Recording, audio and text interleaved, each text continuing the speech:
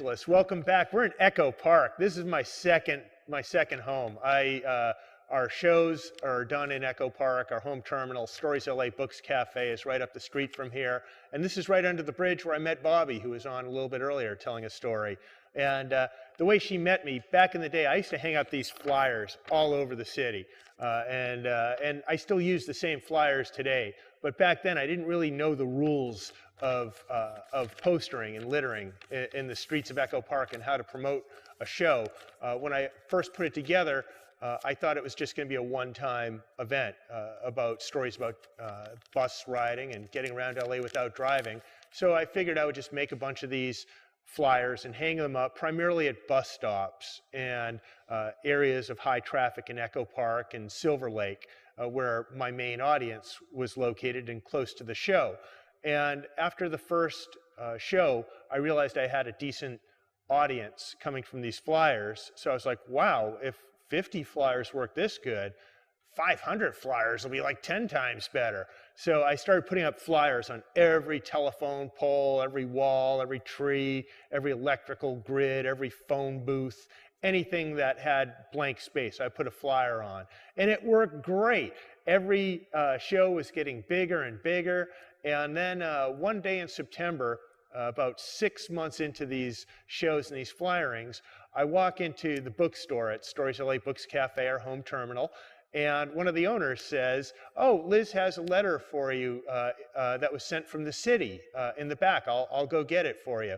And I was thinking like, oh, wow, the city's writing a letter of thanks because I put together this wonderful show about public transit and community and the cities of tomorrow and new urbanism. That's so wonderful of the city to be so considerate to write me a thank you letter. And then she brings the letter out to me, and it turns out it's a fine for littering for $500. Apparently it was $300 for the first poster they found, and then $100 for every poster thereafter. And they only found 2 because I guess they weren't paying close attention because there was about 300 other flyers up in that particular area where they took it down.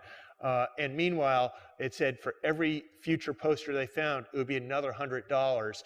And meanwhile, I know that this is 2 months past, so I've had thousands of flyers up by that point, and I begin to panic, and I decide I'm going to go and I'm going to appeal the penalty. And the owner of the store, Liz, she's the talent booker for Spaceland Productions, which books all the clubs around town, the Echo, Echoplex, Regent Theater, and so on. She says, "Scott, I've had hundreds of bands get these fines, and they never win the appeal. Just pay the fine and get it over with." But I couldn't afford it, and I knew it would just kill the show for me, because I don't mind not making money off a show, but once you're dumping out $500 to $1,000 in fines, it becomes a lot less fun.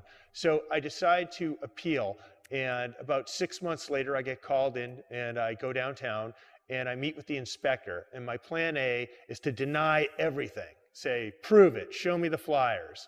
But when he walked in with the folder, I could see the Sharpie that I wrote the posters in through the cover of the folder. So I immediately went to plan B, which was, it's about community, it's not cool, it only takes 2 seconds to tear down flyers, it's not fair, I take them down right after every show.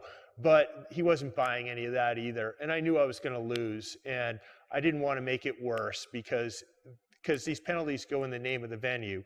Even though I'm going to pay it, if I make too big a scene, it's going to reflect on the venue, and I can't allow that to happen.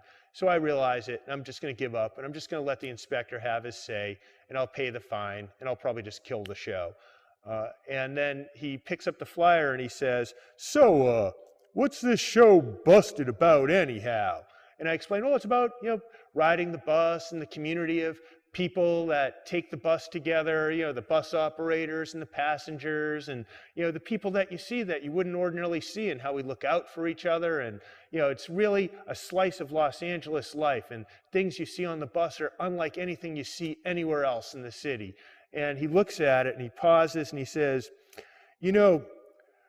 "My father was a bus operator in Los Angeles for 30 years, and I grew up on a bus. And you're right."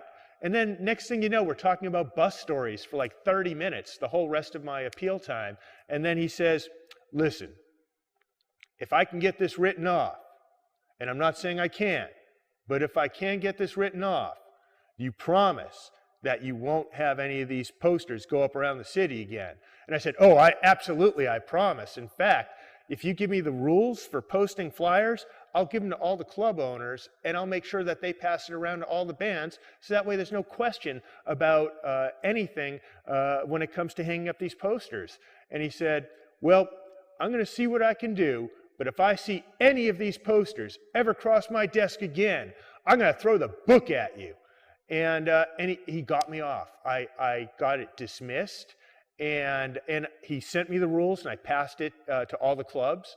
And now if you actually walk down through Echo Park, you see a lot less posters. Well, a lot less because I don't have 500 up per show, but there's a lot less posters in general up there as well.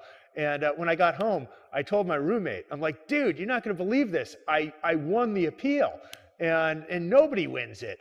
And my roommate said, well, you just presented a better argument. And I said, yeah, but if that inspector's father was a plumber, I'd be screwed.